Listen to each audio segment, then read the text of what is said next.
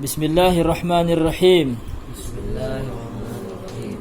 Ikhfa, nun mati Nun mati atau tanwin atau tanwin dibaca samar-samar baca samar-samar jika bertemu jika bertemu dengan 15 huruf ikhfa dengan 15 huruf ikhfa dengan dengung dengan dengung selama 2 harokat. selama 2 harokat. Ini yang dinamakan dengan ikhfa. Nun mati. Jadi ceritanya ini kalau ada nun mati, enggak ada cerita kalau huruf lain. Ba mati, ta mati. Itu bukan cerita ini. Ini ceritanya cerita nun mati. Huruf nun, Ini termasuk huruf spesial dalam Al-Quran ini. Nun mati. Huruf nun. Apabila ada nun mati ataupun tanwin, kenapa tanwin? Karena bunyi tanwin itu adalah suara nun mati, ya kan? An, in, un. An, in, un. Ada suara nun mati di situ? Ada. Ketika ada nun mati atau tanwin itu dibaca samar-samar jika bertemu dengan 15 huruf ikhfa. Yang sudah kita sebut tadi, ta, tha, jim, dal, dal, zai, sin, shin, sad, dad, ta, dha, fa, qaf, kaf. Jadi apabila ada nun mati atau tanwin bertemu dengan salah satu huruf itu, maka dibaca samar-samar dengan dengung selama 2 harokat. Sampai di sini dulu bisa difahami insyaallah. Ingat, apabila ada nun mati ataupun ada tanwin, enggak akan sama-sama itu. Enggak akan ada nun mati sekaligus sama tanwin, enggak ada. Kalau enggak nun mati ya tanwin. Bertemu dengan salah satu huruf yang 15 itu, maka itu hukum bacaannya adalah ikhfa, dibaca berdengung selama 2 harokat. Jadi di sini ada dibagi 3 tingkatan ikhfa. Yang pertama, ada 3 tingkatan ikhfa. Yang pertama adalah ikhfa a'la atau aqrab. Ikhfa apa, Faizal? Ikhfa a'la atau aqrab.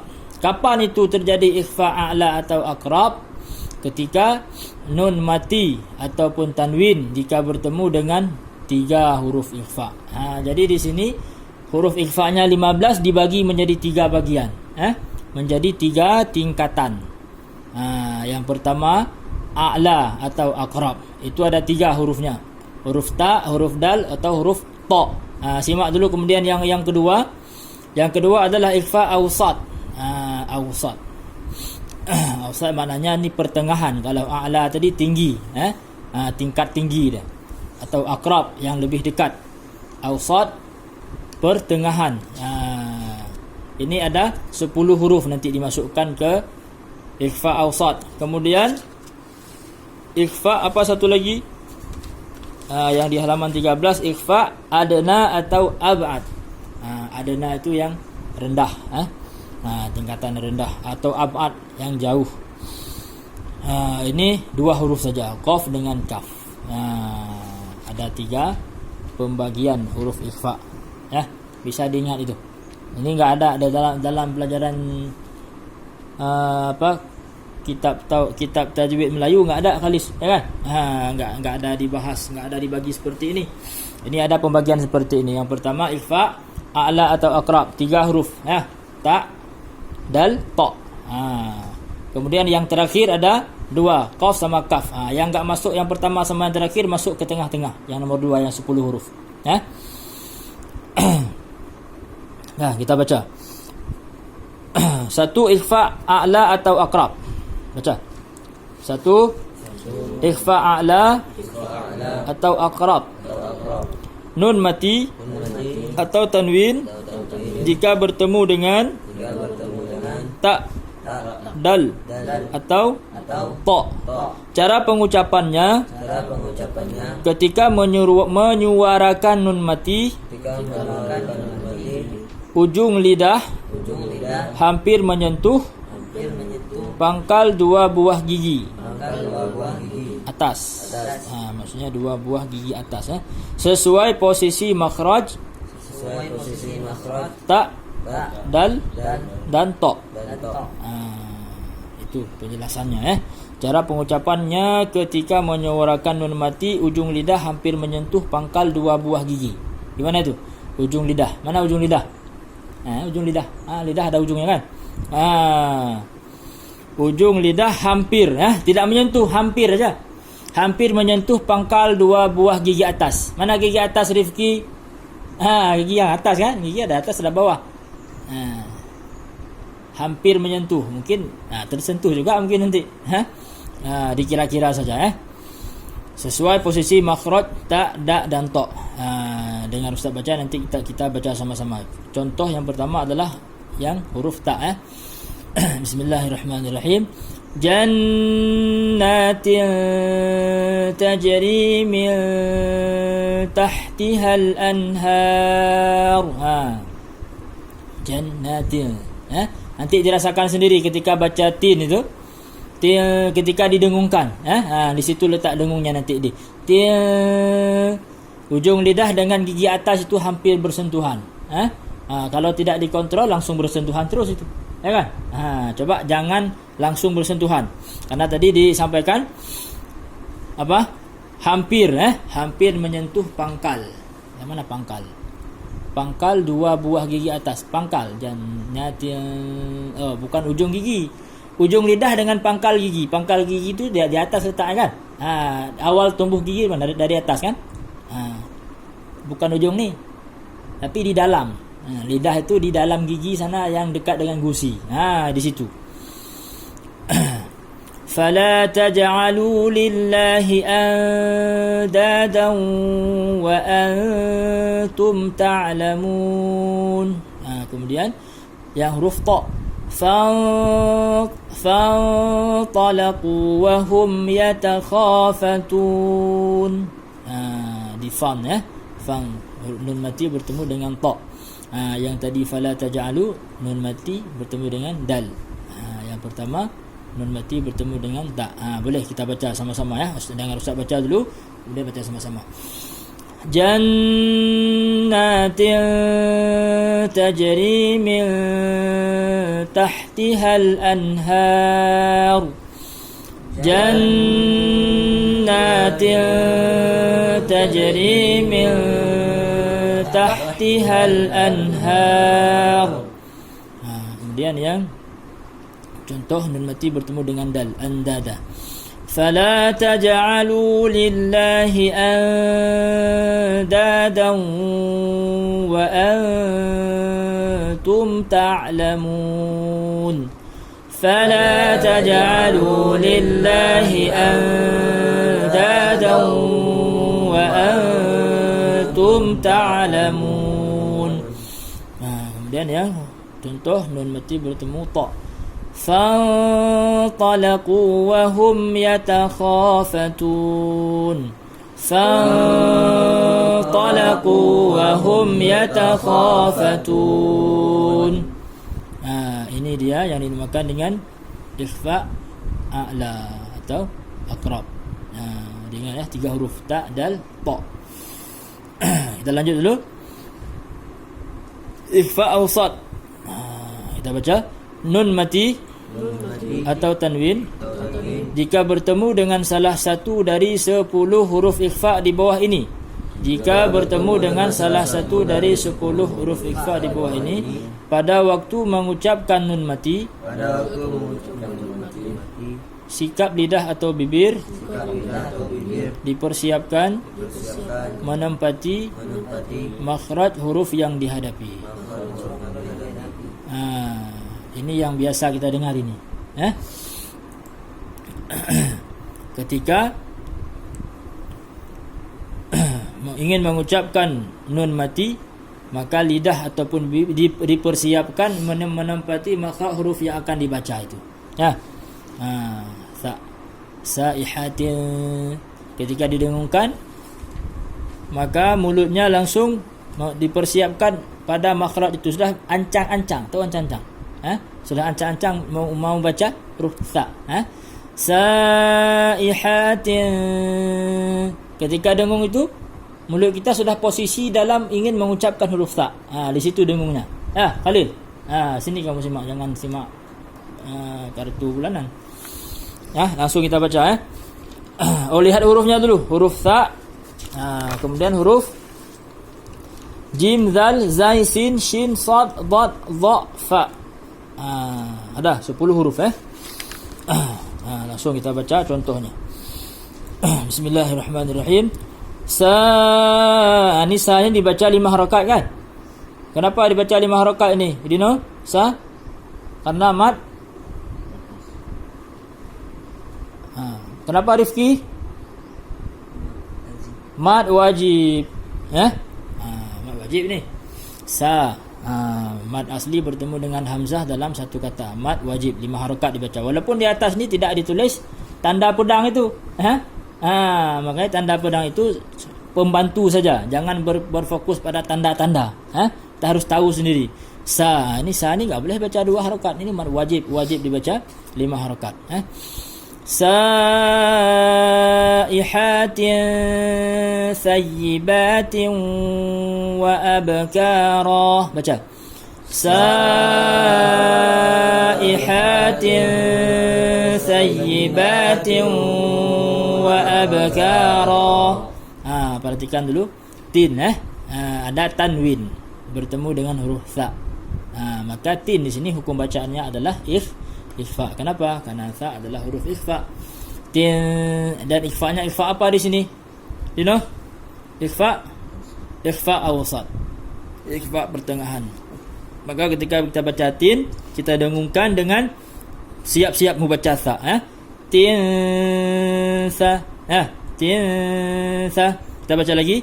Saihatin sayyibatin wa abkara. Baca.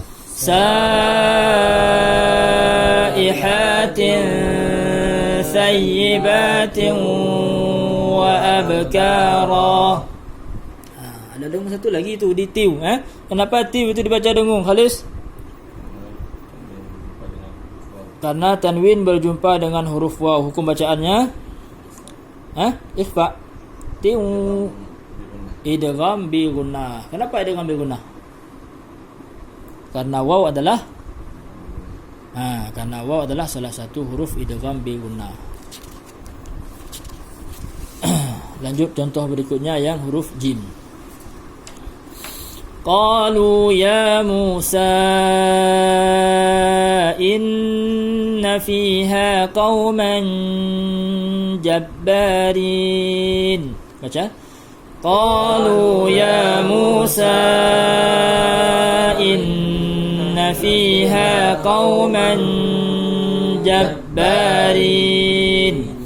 Kita baca dulu sampai habis Wallahu azizun dzuntiqam. Wallahu azizun dzuntiqam. Wa nahsyurul mujrimina yawma'idhin zurqa. Wa nahsyurul mujrimina yawma'idhin zurqa. Wa tansawna anfusakum wa antum tatluna al-kitab.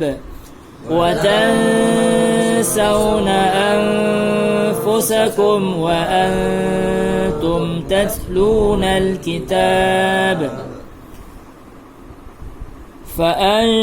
فأنشرنا به بلدة ميتا. فأنشرنا به بلدة ميتا. فانصرنا على القوم الكافرين. فانصرنا على القوم الكافرين. وطلح منضود. وطلح منضود. وندخلهم ظلا ظليلا. وندخلهم ظلا ظليلا. انفروا خفافا وثقالا انفروا خفافا وثقالا. Ya, perhatikan ya. Yang sebelah tadi udah kita jelaskan ya. Huruf ta. Ini mulai dari huruf jim. Perhatikan yang ada garis di bawah. Di situlah terjadi hukum ikhfa-nya. Qauman, tanwin bertemu dengan huruf apa Faizal? Huruf jim ya. Huruf jim. Kalau ditanya huruf, sebut dengan namanya ya. Jangan dengan harokatnya. Jangan bilang ja, ji, ju, jangan. Bilang jim. Paham ya? Alif, ba, ta, tha, jim. Itu nama huruf. Tanwin bertemu dengan jim. Maka ketika kita dengungkan qauman, maka mulut kita siap-siap untuk baca huruf jim. Qauman jabbarin. Coba Faizal. Qauman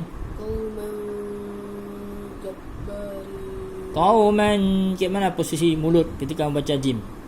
Man gini. Man Qauman jabbarin.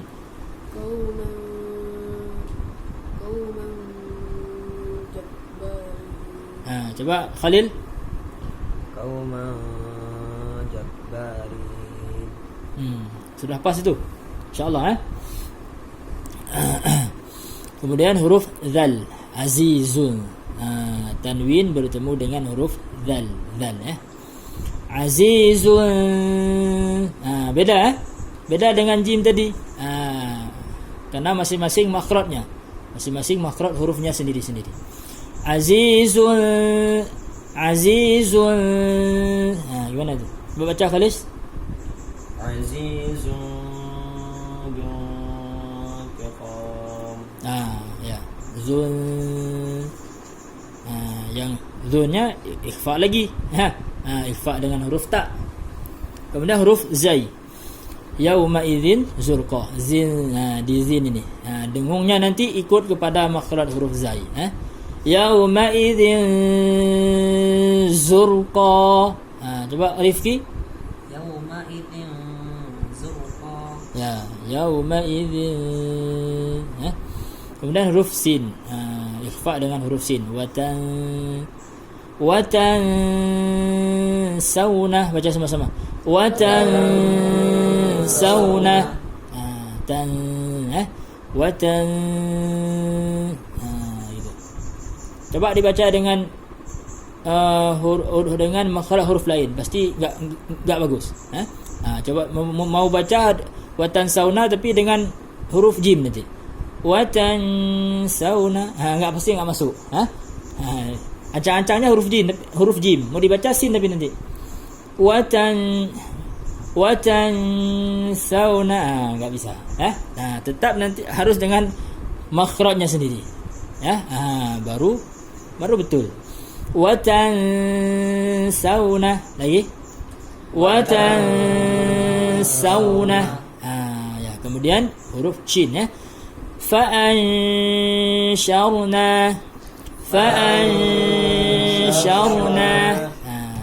Kemudian huruf sad. Huruf sad tebal ya. Ketika kita dengungkan pun dah tebal terus. Fansurna.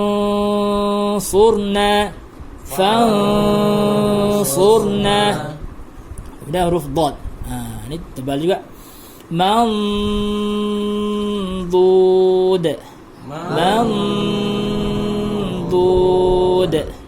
Wa nudkhiluhum dhillan dha. Ini dha. Dhillan dhalila. Kemudian terakhir huruf fa. Infiru. Faham ya? Jadi contohnya ada yang dengan nun mati, ada yang dengan tanwin ya. Kemudian terakhir, pembagian terakhir yang ketiga adalah ikhfa adna atau ab'ad.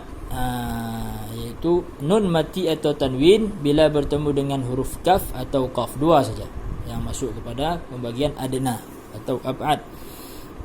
Qaf sama kaf, kaf sama qaf. Bagaimana cara pengucapannya? Cara pengucapannya menjadi seperti NG. Apa NG? Dalam bacaan Indonesia ada NG kan. Ngajak atau semangka. Tepatnya kata-kata semangka itu. Semangka. Semangka itu ada dengungnya itu, Faisal. Ikhfa itu. Karena nun mati berjumpa dengan huruf kaf. Semangka. Kalau pakai ko boleh tak? Semangko. Itu. Seperti itu ketika didengungkan. Faham? Ada NG-nya. Mang. Jadi bukan maka, bukan semangka, tidak, tapi semangka. NG memang di dalamnya itu. Faham ya? Contoh minkum. Baca. Minkum. Ni langsung ditulis minkumnya MING Ming. Itu. Fanqalabu langsung ditulis fang. NG juga. Fanqalabu. Kita baca contoh di bawah. Aliyan kabira. Qala qaumun munkarun. Qala salamun qaumun munkarun. Wa in kanu min qablu lafi dhalalin mubin. Wa in kanu min qablu lafi dhalalin mubin. Wa man kafara fala yahzunka kufruhu. وَمَنْ كَفَرَ فَلَا يَحْزُنْكَ كُفْرُهُ وَمَنْ كَفَرَ فَلَا يَحْزُنْكَ كُفْرُهُ إِنَّهَا كَانَ. Fanqalabu itu NG-nya tebal. Kenapa? Karena huruf qafnya tebal. Kalau minkum betul. Minkum. Tapi kalau fanqalabu bukan fanqalabu, tapi ditebalkan ketika dengung ikut kepada makhraj huruf qaf juga. Min qabil, min qa, min semangko, bukan semangko. Pakai qa tebal. Contoh mana tadi? Qablihim. Min qablihim. Baca. Min qablihim. Min qaumin. Itu dia, dibedakan sikit jumpa dengan huruf kaf sama huruf qaf. Jadi inilah yang dinamakan dengan ikhfa. Ikut kepada ketika dengungnya ikut mempersiapkan kepada huruf yang akan dibaca itu. Maka sebelum dibaca pun kita sudah bisa, ketika mendengungkan saja, ketika kita dengar orang baca membaca ikhfa, ketika didengungkan saja kita sudah tahu dia huruf apa yang dia mau baca. Kalau bacaannya betul tapi. Kalau man, huruf apa Khalil Ustaz membaca? Man za. Kalau dino bukan ta. Anta. Anta. Ada sikit-sikit yang agak-agak sama juga. Boleh faham insya-Allah ya. Inilah pelajaran ikhfa. Semoga Allah Ta'ala beri kita kefahaman. Niat amal disampaikan insyaAllah. InsyaAllah. Subhanallah wa bihamdihi. Subhanakallahumma wa bihamdika. Asyhadu an la ilaha illa anta. Astaghfiruka wa atubu ilaik.